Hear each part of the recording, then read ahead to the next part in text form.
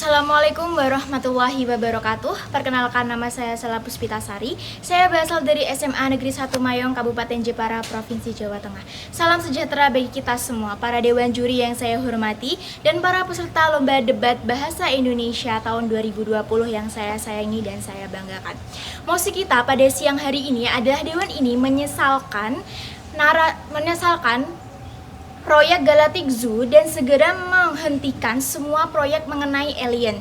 Di sini saya sebagai tim oposisi sangat tidak menyetujui mosi tersebut, di mana dewan menyesalkan adanya suatu narasi mengenai Galactic Zoo dan juga pemberhentian proyek alien. Karena apa? Saya memiliki beberapa alasan kenapa saya tidak menyetujui mosi tersebut. Pertama, menurut Warta Forbes, peneliti Institut International Delay Research Agronomic atau INRAE, John Spears mengajukan hipotesa yang menyatakan bahwa alien mengisolasi manusia agar kedua belah pihak tak mengalami gegar budaya atau mengalami gesekan budaya antara alien dan peradaban manusia. Dalam lokakarya pertemuan METI tersebut, para ilmuwan mendeskripsikan beberapa hal antara lain, yaitu satu, apakah makhluk luar angkasa itu khawatir jika berkontak dengan manusia sehingga akan menimbulkan dampak buruk bagi peradaban manusia. Yang kedua, yaitu apakah kita hidup di zona Galactic Zoo yang disiapkan oleh alien untuk peradaban manusia.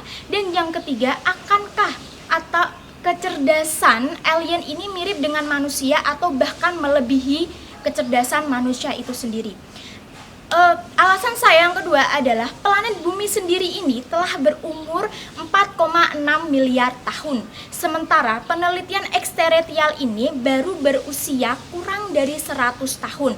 Dilansir dari Space, sampai tahun 2011 ada sebanyak 2.326 kandidat planet yang telah ditemukan oleh Kepler dengan menggunakan sebuah teleskop NASA yang berfungsi untuk mencari eksoplanet.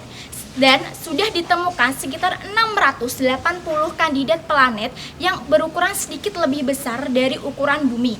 Dan sementara 48 dianggap sudah layak untuk dihuni oleh makhluk hidup. Salah satunya adalah manusia. Sehingga sampai April 2019 jumlah eksoplanet yang terkonfirmasi sebanyak 3.490 planet.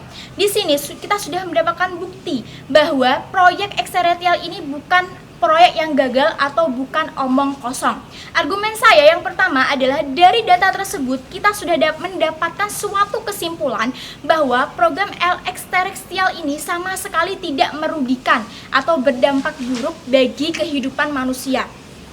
Karena dengan berawal dari sebuah hipotesa bahwa kita hidup di zona Galactic Zoo atau zona isolasi makhluk alien untuk peradaban manusia ini, akan timbul rasa penasaran dalam diri kita, apakah benar memang ada kehidupan lain di luar angkasa, salah satunya adalah alien. Dan sehingga kita bisa mengembangkan pengetahuan kita dengan informasi-informasi yang kita dapatkan dari penelitian yang berasal dari proyek eksteresial ini sendiri.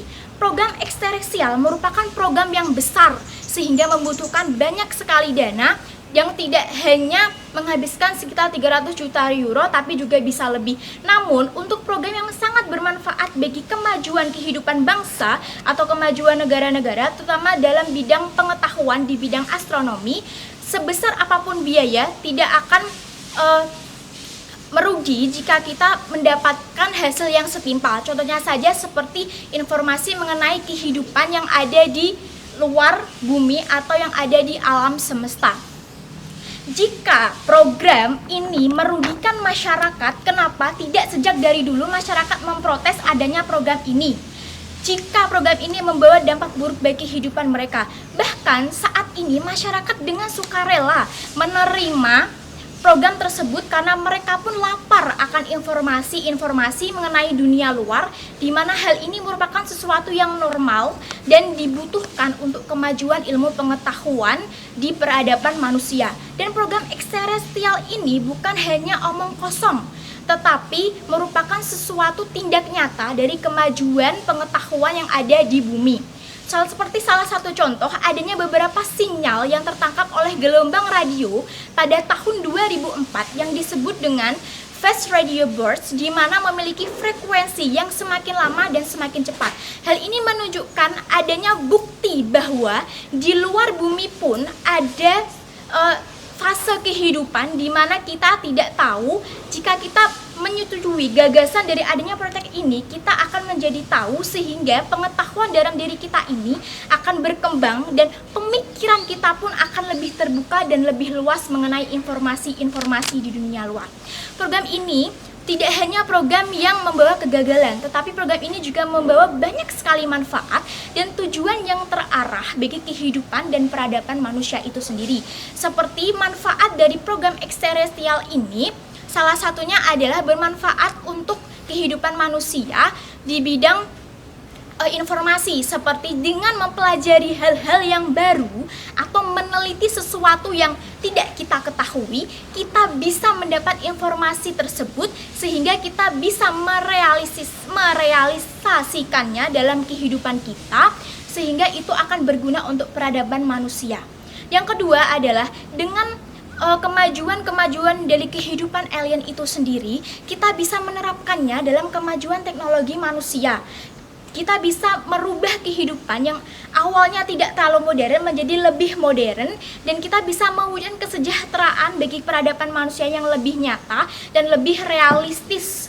Yang kemudian tujuan program sudah jelas memiliki tujuan yang terarah untuk kemajuan peradaban manusia.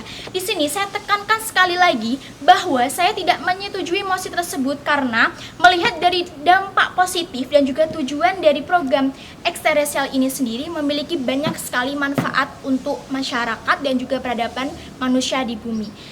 Sekian pendapat saya mengenai mosi tersebut. Saya akhiri. Wassalamualaikum warahmatullahi wabarakatuh.